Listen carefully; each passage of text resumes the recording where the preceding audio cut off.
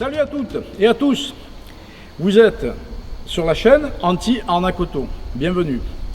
Comment savoir si les amortisseurs d'une voiture doivent être remplacés?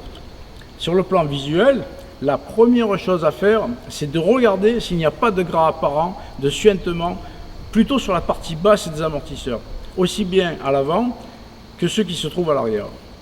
Mais le meilleur test sera encore de conduire la voiture en les sollicitant.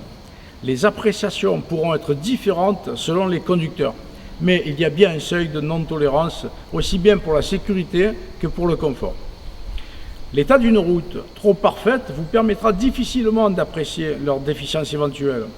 Au contraire, une mauvaise route qui les mettront à l'épreuve vous fera ressentir rapidement les limites d'un bon comportement routier s'ils sont en mauvais état.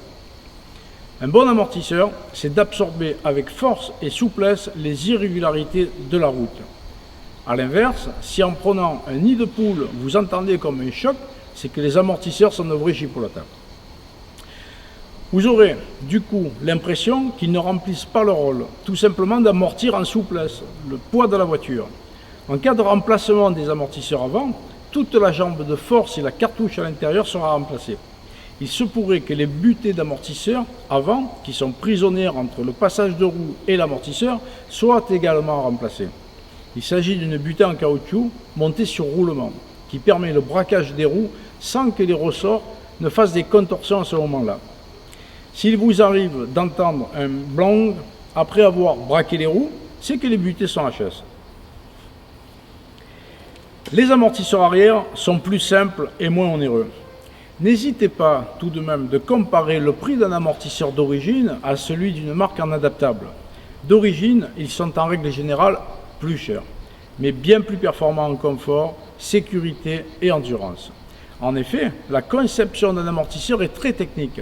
Les ressorts doivent soutenir la partie supérieure de la voiture, le poids de la voiture, alors que les amortisseurs doivent offrir la meilleure polyvalence possible destinée à l'utilisation choisie par le constructeur. Les compromis techniques à trouver, ressorts, amortisseurs, poids, puissance de l'auto sont un vrai casse-tête chinois. Je suis désolé pour ceux à qui je n'ai rien appris et qui auraient eu, pourquoi pas, d'autres éléments à apporter. Vous pouvez mettre vos commentaires, que vous soyez professionnel ou particulier. Et en attendant, écoutez, merci à toutes et à tous pour vos visites. Ciao les permis B et à bientôt pour une prochaine vidéo.